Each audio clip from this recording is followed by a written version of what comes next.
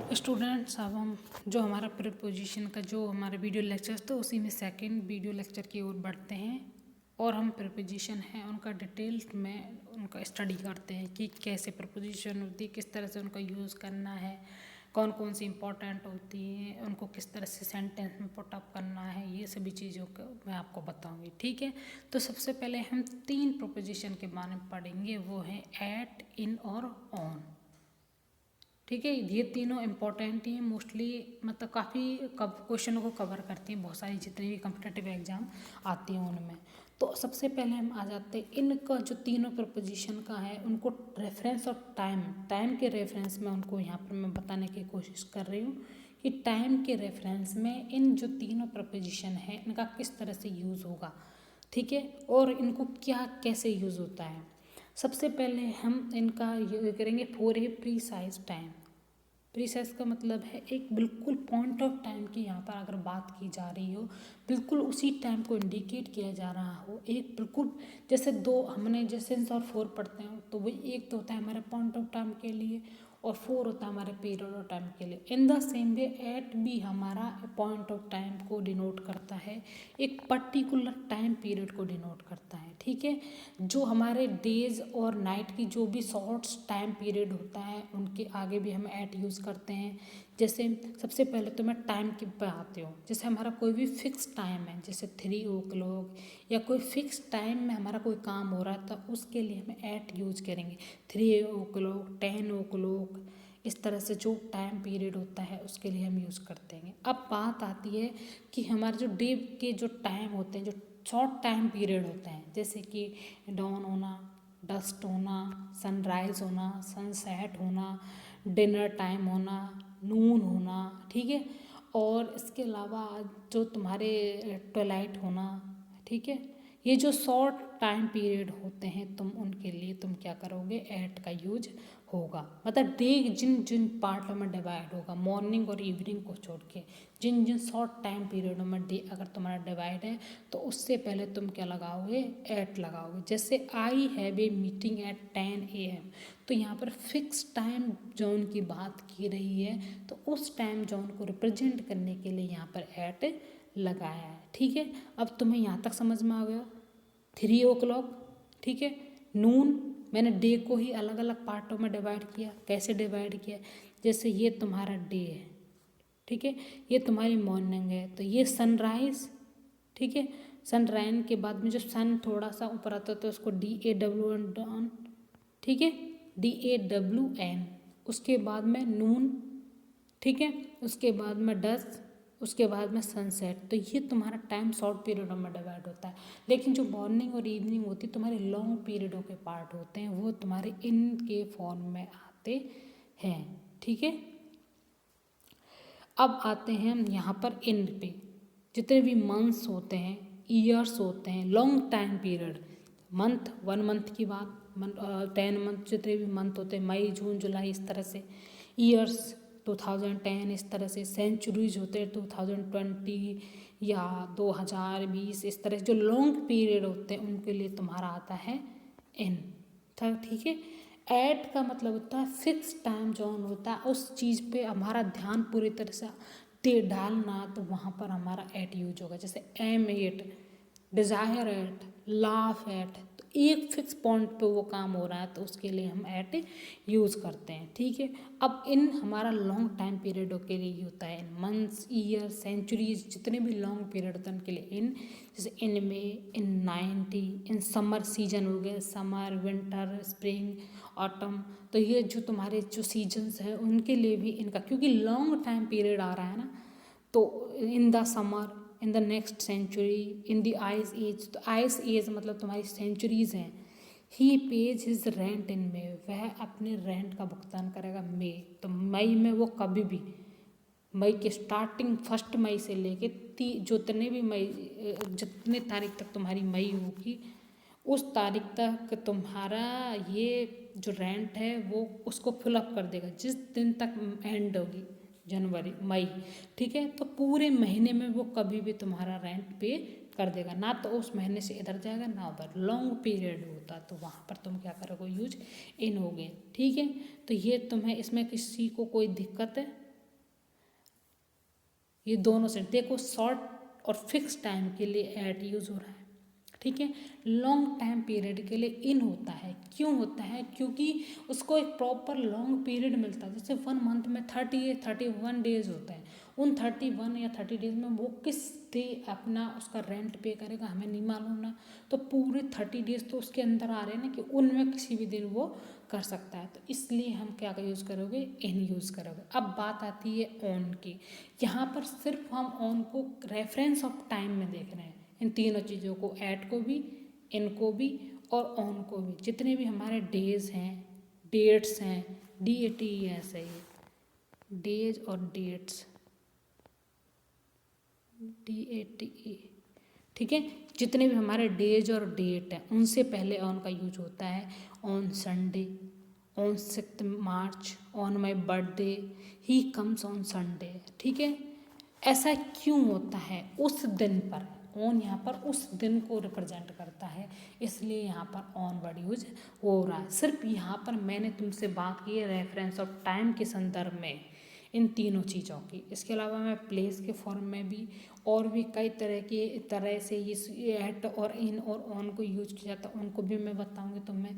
तो सबसे पहले यहाँ पर सिर्फ मैंने टाइम के फॉर्म में ही इन तीनों चीज़ों को बताया है। तो किसी को कोई दिक्कत इन टाइम के फॉर्म में तीनों चीज़ों के लिए?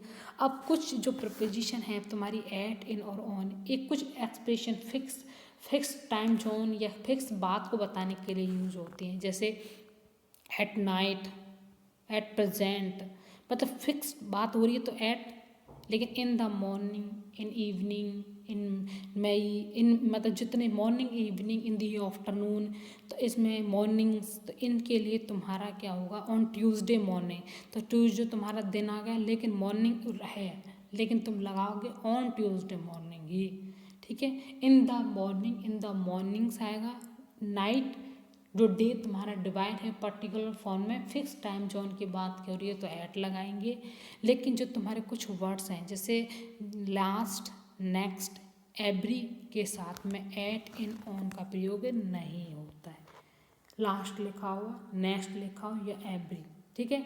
आई गो होम एवरी संडे, आई गो होम नेक्स्ट मंडे, आई गो होम एवरी वीक, आई गो होम लास्ट मंडे। लेकिन इनसे पहले कभी भी प्रपोजिशन एट, इन, ऑन, और का यूज नहीं करोगे, ठीक है। तो यहाँ तक तुम्हारा ये हुआ।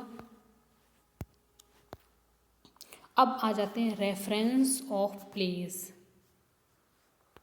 रेफरेंस ऑफ प्लेस की बात हो रही है यहाँ पर, PLACE, रेफरेंस। वो तो तुम्हारा टाइम हो गया। अब आती है यहाँ पर प्लेस की बात, ठीक है, कि किस तरह से प्लेस के आधार पर भी इन तीनों चीज़ों में डिवीजन होता है, ये तीनों चीज़ों में डिफरेंस होता है, ठीक है।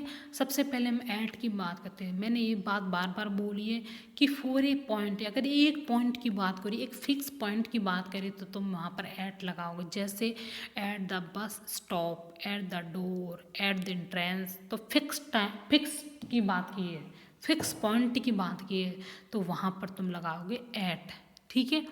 फॉर स्मॉलर प्लेस, जैसे कि एट जयपुर, राजस्थान है, जैसे अगर आता बोलता है ही लिव्स एट जयपुर इन राजस्थान, तो जयपुर राजस्थान में छोटी जगह हो गई, ठीक है। तो स्मॉल प्लेस के लिए तुम लगाओगे एट, और बिगर जो प्लेस, मैंने बड़ी बात बोली है तो क्या लगाओगे? इन, जैसे तुम्हारे मंथ्स, ईयर्स में बात होती है वो। अब यहाँ पर जो एम को इंडिकेट करने के लिए, जैसे फिक्स चीज़ को, जैसे लुक एट पूनम, तुम पूनम की तरफ देख रहे हो, मतलब उस पूनम की तरफ ही वो देख रहा है। तो इस बात को बताने के लिए, उस एम को इंडिकेट करने के लिए भी तुम एट का यूज करोगे। Smile at a party, at a match, या तुम्हारी एज या स्टेज को बताने, जैसे I left college at 25 year. तो इस तरह से जो तुम्हारा एट है वो फॉर ए पॉइंट को, मतलब कहने का मतलब तो ये है कि अगर कोई फिक्स पॉइंट की, फिक्स प्लेस की, या इस तरह से फिक्स टाइम की अगर बात हो रही है, तो तुम वहाँ पर एट यूज करोगे। उस, अगर जैसे किसी पर्सन की भी बात हो रही है और उस पर तुम्हारा ही एक पॉइंट है, उस पर्सन को तुम्हारा एम इंडिकेट कर रहा, तुम उसी पे तुम्हारा फोकस रहे, तो तब भी तुम एट यूज करोगे। जैसे ही लाफ्ड एट मोहना, वह मोहना के ऊपर हंसा, तो पर्टिकुलर मोहना के ऊपर ही वो हंसा। तो इस तरह से अगर पर्टिकुलर और फिक्स चीज़ के बारे में बात करिए तो वहाँ पर तुम एट यूज करोगे। इसके बाद अब आते हैं आप इन के बारे में। इन भी हमारी एक अच्छी प्रोपोजिशन है। जैसे इन, अगर ये कमरा, इसके अंदर कोई पर्सन बैठा है, बिल्कुल अंदर, ये बीच में मैंने जो पेन से बना रखा है ना, ग्रीन पेन से, तो अगर उस तरह से कोई पर्सन बैठा है तो वो तुम्हारा इन है। वो इन प्रपोजिशन को इंडिकेट करेगा कि वो एक इनक्लोज स्पेस, मतलब एक पूरी तरह से कवर और बंद स्पेस के बीच में बैठा है। जैसे एन इनक्लोज स्पेस, मतलब जैसे कमरा है और कमरा के अंदर में कोई बिल्कुल बीचों बीच अगर कोई बैठा है तो वो तुम्हारा होगा in the garden, in a box, in my wallet, in a car. ठीक है, अब बात आती है बिगर प्लेस की भी बात आ गई मैंने। जैसे इंडिया में राजस्थान की बात हो रही है तो इंडिया बड़ा प्लेस हो गया और राजस्थान हमारा छोटा प्लेस होगा। तो बड़े के लिए इन, बट छोटे के लिए एट यूज होगा। कुछ फ्रेजेस होते हैं जैसे in the night, in the evening, in the morning, in के साथ भी यूज होता है।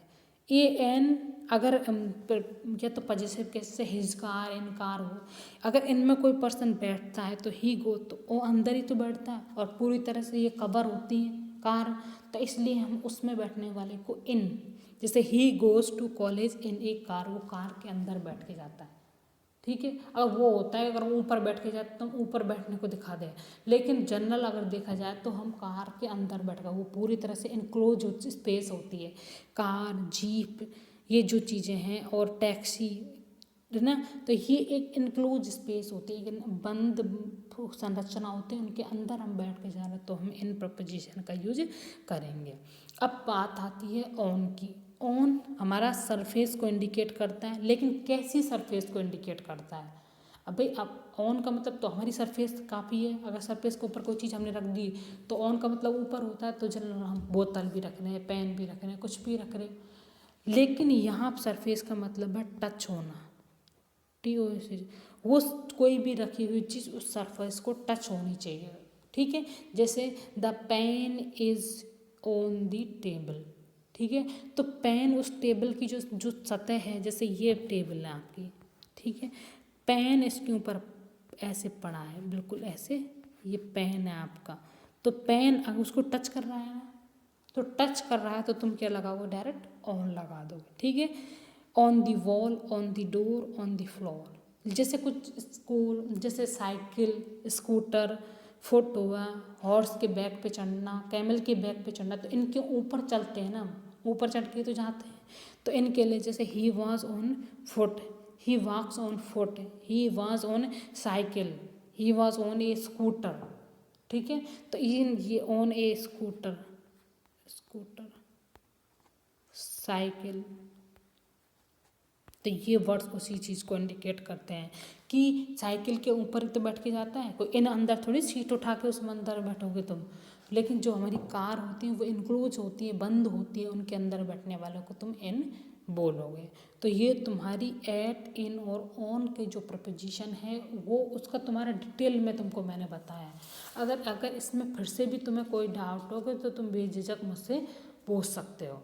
ठीक है, इसमें अगर जैसे देखा जाए तो कुछ शॉर्ट फॉर्म भी और होती हैं, जैसे कि एट एम को बताने के लिए हो जाती है। उसके अलावा कोई टेम्परेरी एक्शन हो रहा है, जैसे ही इज़ एट वर्क, तो वो थोड़ी देर के लिए काम कर रहा है, या फिर स्टेज वगैरह मैंने आपको बताई दिए, at this moment, at this time, इस तरह से इन ए न्यूज़पेपर, इन वीक, इस तरह के वर्ड्सों से पहले भी हमारा इन यूज होता है।